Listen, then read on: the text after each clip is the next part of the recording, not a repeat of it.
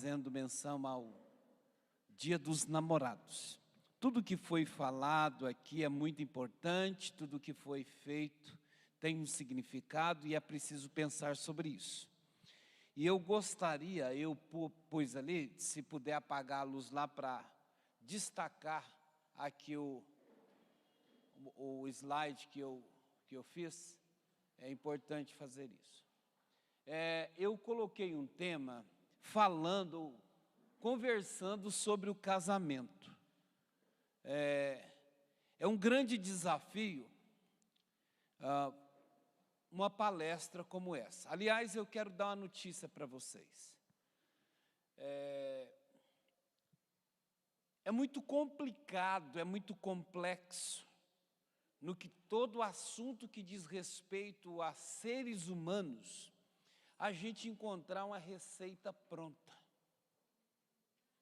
Toda vez que você for ao médico, nós temos entre nós algumas pessoas da área da saúde, vão entender o que eu vou dizer. O médico precisa avaliar o seu quadro clínico, entender o seu peso e também a dinâmica, né, do seu funcionamento fisiológico, porque o remédio que é bom para um, não é bom para o outro. Então, no que diz respeito ao casamento, eu aprendi nesses dias que eu tenho falado para casais e como psicólogo também, que toda receita pronta, ela já nasceu fadada ao fracasso para algumas pessoas. Porque o que se aplica para um não se aplicará para todos, a não ser a fé que nós temos em comum. E eu já propus,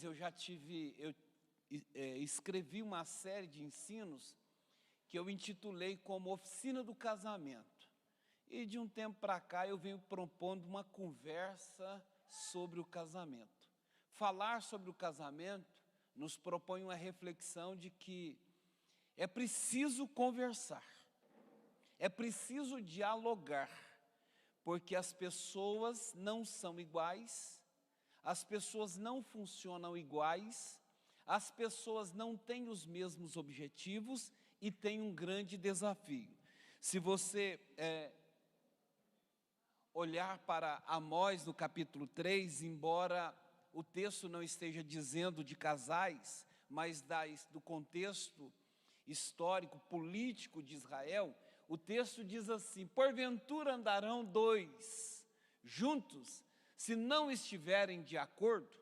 Então são duas pessoas que andarão juntos, diga comigo, andarão. Você entende que andar implica em movimento? E o que eu vou dizer aqui, eu sei que eu preciso ter cuidado, porque muitas vezes a fala de um psicólogo, ela não se mistura como a massinha que você teve aí com a fala de um pastor. E quando as pessoas ouvem, até se escandalizam. A vida é um movimento. E eu escrevi aqui que, viver é existir ou durar. Isto é igual a se deslocar no tempo, que inevitavelmente propõe mudança. A grande maioria do conflito de casais é exatamente a mudança. Porque ninguém casa com quem odeia. Ninguém casa com alguém com quem ele não quer estar junto. Mas por que alguém escolhe uma pessoa para estar junto e num determinado momento esse sentimento ele evapora como o éter? O que acontece com isso? Então é muito interessante nós propormos aqui algumas reflexões, e eu quando vou falar para um encontro de casais, claro que falo como pastor, fundamento o meu discurso, a minha fala, a minha apresentação sobre um texto bíblico, como eu estou fazendo, a necessidade de andar juntos. Mas não se esqueçam, andar juntos sendo diferente. Pastor, mas a Bíblia diz que nós seremos uma só carne. Sim, nós temos que ser uma só carne. Mas me diga aqui, qual é o casal que pensa exatamente da mesma forma? Qual é o casal que tem a mesma preferência? Exatamente, estou dizendo exatamente a mesma preferência alimentar. A mesma dinâmica fisiológica. Qual é o casal que tem? Então, é preciso pensar que viver é durar. Muitos de nós aqui nos chocamos com a configuração do casamento atual. Porque quando a gente casou, a coisa era diferente. A coisa era diferente. Então, pensar sobre isso, sei que não vai dar tempo, mas eu vou terminar esse ensino num dia de culto de casais. Olha lá o que eu escrevi, ó. O casamento não consiste em apenas na união de dois corpos, mas sim na difícil tarefa de unir duas mentes, dois corações, para que as personalidades, temperamentos e o caráter deles permitam que eles permaneçam juntos. Esse é o grande desafio. Esse é o grande desafio de casar. E escute o que eu vou dizer. E aqui eu quero dizer que isso escandaliza a maioria dos pastores, ou melhor, dos pastores não, dos religiosos. Quase todos os casamentos, eles começam com o desejo de união de corpos. Difícil falar isso um pastor, né? Quase todos. Mas ele não é só união de corpos. E no encontro de casais, a maioria das pessoas querem ouvir assunto sobre sexo. O sexo é muito importante no casamento, mas isso não é tudo. É muito importante pensar sobre isso. Então, não se esqueça disso. E aí, chega um dia em que se o homem não abandona tudo que está para trás e segue o que está para frente, ele é estático. Quem aqui continua pensando como menino? Porque as nossas primeiras interações sociais, com o sexo oposto foi para brincar. Brincar de boneca sem nenhuma pretensão. Não é? Mas você cresceu. Depois o interesse mudou, alterou. Então, falar sobre isso é muito importante, porque o ser humano é a criatura mais individual do que qualquer outro ser humano. Vou reafirmar, sei que para nós, os evangélicos, não é fácil ouvir isso. Mas é verdade. Nós somos o ser mais individual que existe, o ser vivo mais individual, porque até o nosso crescimento, ele é de forma individual. A escolha da pessoa que está sentada do seu lado, ela foi uma escolha individual sua. Muitos casais que estão aqui hoje chocaram os pais quando escolheu o seu parceiro. Mas a sua individualidade falou tão alto que ele venceu as dificuldades. E não admitir isso é o começo do fracasso de uma interação social, em especial o casamento. Porque quando você não entende a sua individualidade, ou quando você não respeita a sua individualidade, você está propenso a não respeitar a individualidade do seu cônjuge. Você está propenso a isso. Então, é muito importante pensar nisso. Nós vamos crescendo, escute, a proposta da minha reflexão, da necessidade de andar junto e do desafio de andar junto, é dizer sobre as nossas percepções e as nossas escolhas. Ninguém escolhe como vai estar daqui a 10 anos. Ninguém pode assegurar. E aí, é muito complexo. Olha o que a dinâmica do Murilo mais a Geice falou ali.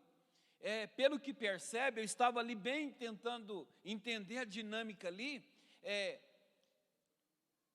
A Geice, na encenação aqui, ela é muito concreta. A Geice encenando aqui é muito concreta. Quais são os aspectos que chamavam a atenção dela? Comer, não é? Passear, Já o Murilo tinha uma conotação lúdica, emocional, o Murilo encenado. Tomara que seja assim, né? Porque vai contra toda a característica humana de que, na verdade, o lúdico é a mulher e o concreto é o homem, né? Na concepção natural. Só que essas escolhas, elas vão sendo construídas ao longo da nossa vida. E eu até digo uma frase que eu sempre vem à minha mente, eu sempre digo: o grande problema é que as pessoas amam primeiro para conhecer depois. Porque se conhecesse primeiro, muita coisa seria diferente. E aí por quê? Porque ele conhece a forma como se opera na dinâmica da vida ao longo da história do sujeito, a história do sujeito. Então, eu comecei a falar sobre isso. Ao longo da vida, ele, né, o sujeito faz escolhas. E aí eu quero pensar com você. Por mais que haja consenso entre nós, e é preciso agir, é preciso haver, é preciso ter consenso entre nós precisamos deliberar sobre as nossas escolhas, precisamos deliberar sobre as nossas escolhas enquanto casal.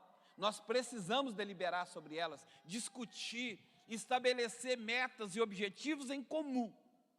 Mas só que tem uma coisa, às vezes um abre mão porque a opção dele era outra. Entende isso? Entende isso? Vocês entendem isso? Então um tem sempre que ser flexível para que aquela escolha se aproxime do consenso dos dois, não é? Mas isso não mudou a escolha dele. A escolha dele estava lá. Não, eu quero a casa, eu quero que a cozinha seja no estilo americana. Não, eu não quero cozinha no estilo americana. Aí chega num consenso, não faz a cozinha no estilo americano. Mas um tinha escolhido isso, não tinha? Então, o que eu quero dizer para vocês, que ao longo dessa reflexão, não vai dar tempo, né? Porque nós temos que jantar ainda, já são 9h22, mas o grande desafio é entender a dinâmica da mudança e a estabilidade na dinâmica da personalidade. Quem aqui, escute, eu não estou vendo muito bem vocês, porque está escuro aí, quem aqui tem a mesma personalidade, escute o que eu vou dizer, quem aqui tem a mesma personalidade de quando tinha 15 anos? Vocês entenderam a minha pergunta? Quem aqui funciona? Quem aqui pensa? Quem aqui sente? Exatamente quando você tinha 15 anos. Mudou, não mudou? As mulheres, as irmãs aqui que têm filhos, sofreram uma mudança drástica, porque antes não tinha filhos. Então, viver bem no casamento é entender o mínimo das mudanças que a vida propõe e dos momentos de instabilidade que a vida propõe. Essa Daiane Papali é uma psicóloga do desenvolvimento humano e ela fala sobre pelo menos 8 ciclos vitais da vida.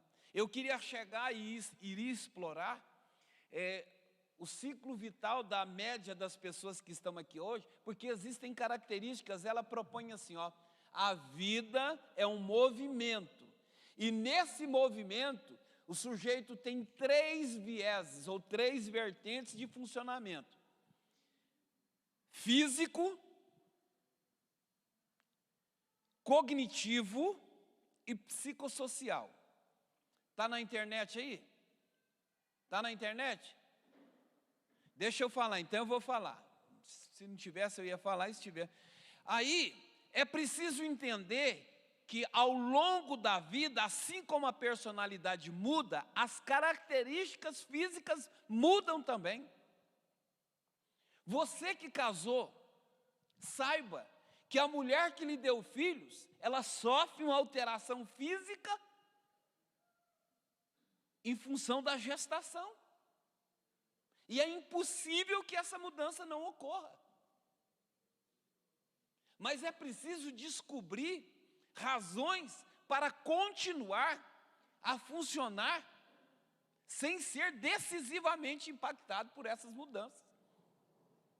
A mulher, ela sofre uma mudança significativa com a maternidade. E a maioria dos conflitos conjugais tem aí um senso comum, né? As pessoas dizendo que o casamento tem a crise dos 5 ou dos 7 anos. Quem já ouviu falar sobre isso aí? Da crise. Sabe o que é essa crise? É porque o casal nessa faixa etária tem filhos. Aí a atenção que era do marido, exclusivamente agora é dos filhos. E você pode estar se deliciando, né? No momento de interação entre você e a sua esposa, mas se o neném chorar lá no quarto, acabou a história. Você ficou em segundo plano. Cognitivamente para ela não vai rolar mais. Não é assim, irmãs? Não é assim, irmãs? Uma mudança significativa cognitivamente. E aí entender isso é um grande desafio. Porque o cara, se ele não tiver sensibilidade, ele vai entender aquilo como uma concorrência. E aí? Então, eu queria falar sobre isso, né? Sobre essa proposta de entender as mudanças. E muda tudo, viu? Muda tudo. E aí tem alguém que depois lá, existem 2 grandes momentos em que acontecem a maioria dos divórcios. A maioria dos divórcios acontece entre os 6 e os 10 anos de casados e depois dos 30 aos 40 anos de casado. A primeira é por causa da crise psicossocial que acontece, a chegada de novos moradores da casa. Isso muda tudo. A segunda é porque aí já houve alterações significativas físicas e emocionais. As mulheres alcançam o auge da sua capacidade cognitiva na mesma proporção que ela entra na menopausa aos 40, dos 40 até os 60, ela é o período de maior capacidade intelectual e mental da mulher. Dos 40 até os 60. Só que a capacidade de julgamento moral e social dela está lá no topo. Tudo aquilo que ela ignorava quando era uma adolescente apaixonada, aos 40 ela coloca na mesa para julgar. Porque ela está madura. E aí os conflitos vêm, as situações mal geridas vêm, o desenvolvimento intelectual, a diferença profissional, financeira.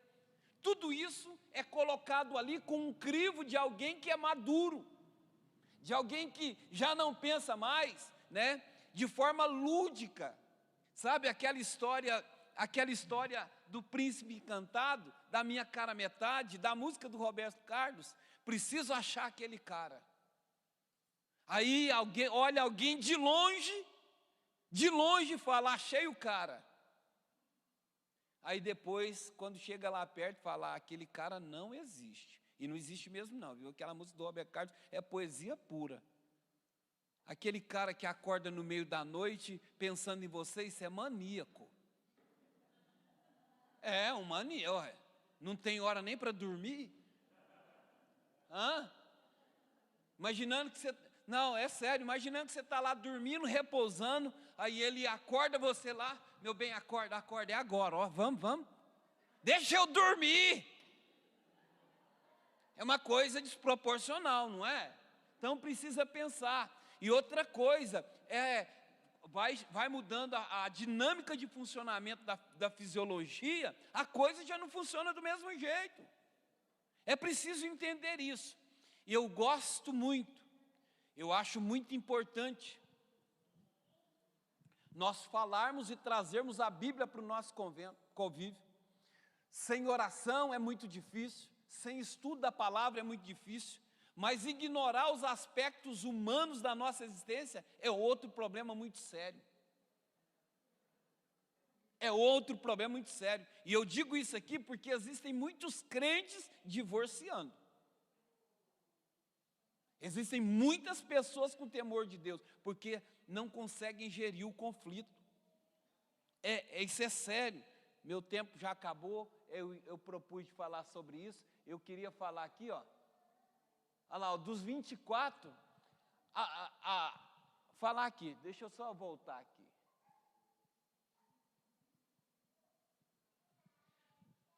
A vida adulta começa aos 24. A psicologia diz que até os 23, escute, até os 23 o sujeito é adolescente. Quem aqui casou antes dos 23, levanta a mão. Levanta bem alto, quem casou antes dos 23? Olha só que eu vou dizer para você, você casou adolescente. E aí, era essa a minha proposta de reflexão. Você casou adolescente, mas a maioria de vocês já tem mais de 30, não é? Então, diga comigo assim, eu já não sou mais a mesma pessoa, mas continuo casado com a mesma pessoa. Como é que é mudar? É isso que eu queria propor para nós pensarmos hoje. Pastor, cadê o pastor Mário? Levanta a mão, pastor Mário. Quantos anos de casado, pastor Mário? 33 anos de casado. O pastor Mário não é mais o Mário de 33 anos atrás. Como é que é estar casado, ser mais velho, mais experiente, 33 anos, e estar casado com a mesma pessoa? É um desafio, porque ele mudou, a irmã Rose mudou, eu estou casado há 35 anos. E aí, eu estou casado com a mesma mulher há 35 anos, mas eu não sou mais a mesma pessoa. Eu casei com 21, pulava o muro da escola, fazia loucuras. Hoje a coisa é mais racional, é mais prudente. Mas isso não quer dizer que não há amor entre os casais que já chegaram nessa faixa. E aí, eu ia pensar sobre isso. Como é que é ter 30 anos e estar casado há 10? Tem gente com 30 anos que já está casada há 15 anos. Há 15 anos. E aí, como é que é isso? Então, é preciso aprender a trazer Deus para o nosso convívio, mas é preciso aprender também sobre a vida, a dinâmica, do funcionamento da vida. Porque as coisas mudam. E você envelhecer, você viver,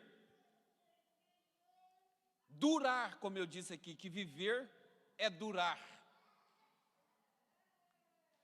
Isso implica em mudança. Imagina que existem aqui, eu não sei quem é o casal com mais tempo de casamento aqui. Quem tem mais de 35? 39 anos de casado. Olha, ó, que maravilha. 39 anos de casado. É um desafio, irmãos. E aí eu escrevo lá na frente, sabe? Escuta o que eu vou dizer para vocês e não esquece isso não. Não esquece isso não. Um casal bem-sucedido é um casal que aprende a gerir, a administrar as diferenças. Porque elas existem. E ainda bem que existe, né? Já pensou alguém casado com alguém igual a ele? Para começar, se a gente tivesse casado com alguém igual a gente,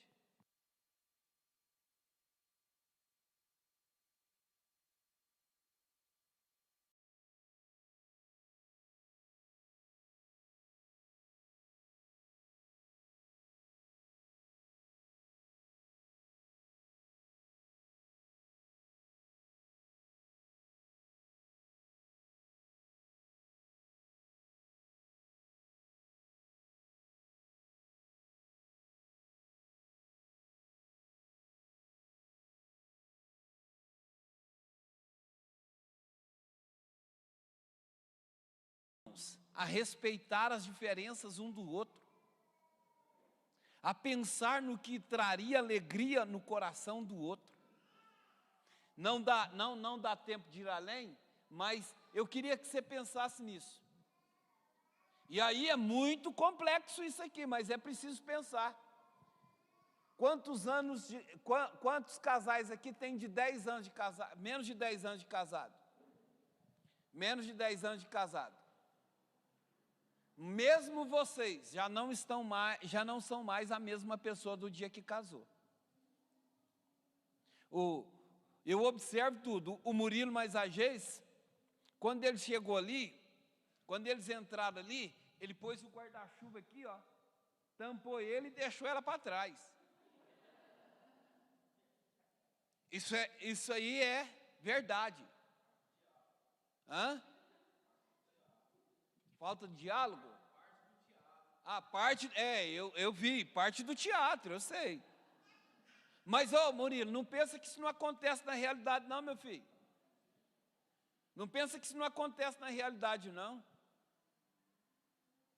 E aí, ele veio na frente e deixou ela fora do guarda-chuva. Mas antes de namorar, ele tirava até o paletó quando ela estava com frio. O do teatro.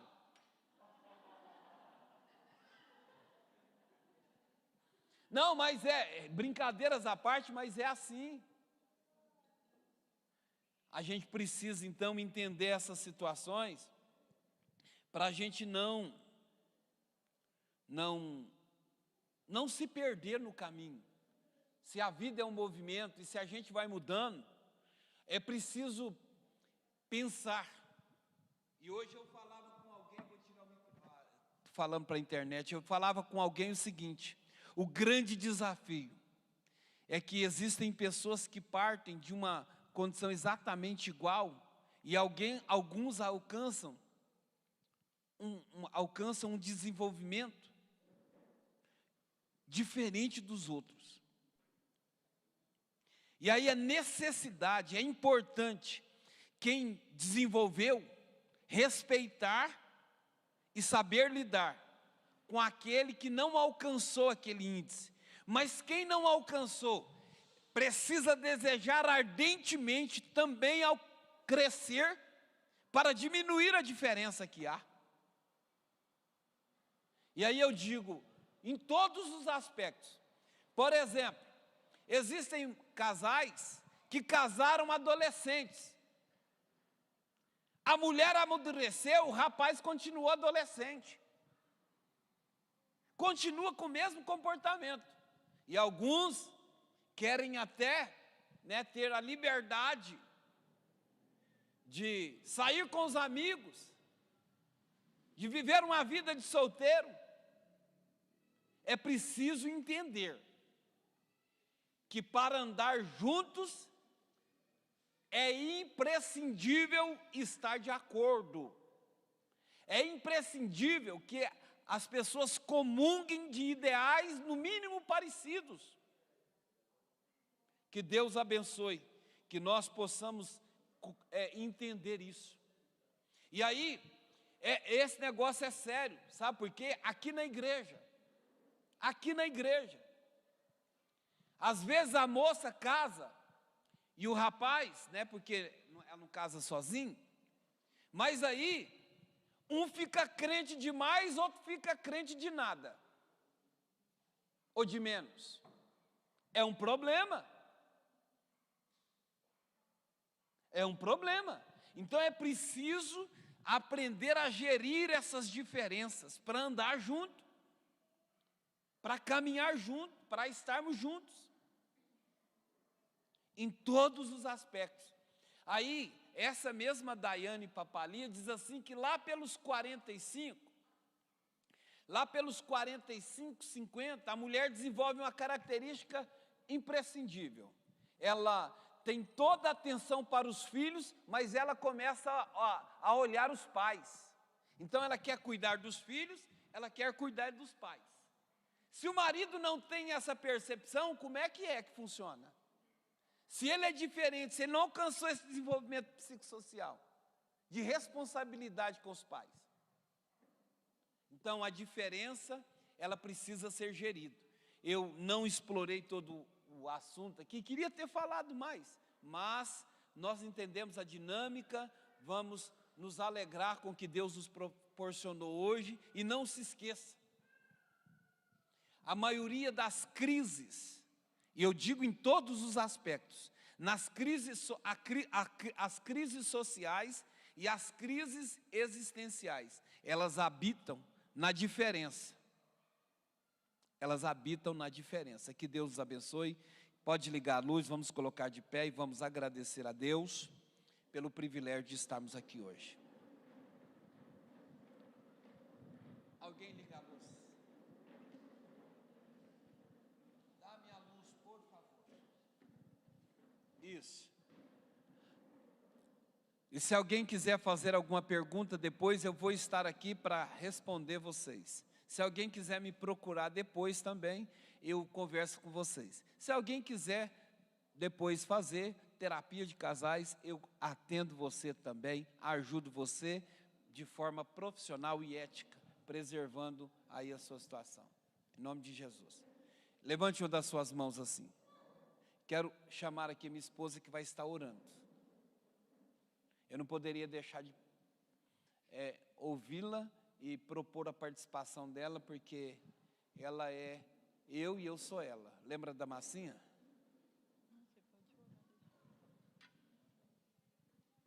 Paz do Senhor, né? Vamos estar orando. Maravilhoso Deus, eu te louvo, eu te exalto, Senhor, por estarmos aqui reunidos, aprendendo mais de Ti. Senhor, eu quero te apresentar cada casal. Visita, continua com as tuas mãos estendidas, derramando as ricas bênçãos, Senhor, ajudando estes casais que aqui estão e aqueles que não puderam estar aqui, Senhor, a continuar caminhando, Senhor, até o dia da sua vinda, é o que eu te peço e te agradeço, em nome de Jesus. Faça assim com a sua mão, repita comigo, que o grande amor de Deus, a graça de nosso Senhor Jesus Cristo e a comunhão com o Espírito Santo seja com todos nós. E nós dizemos, mais uma vez,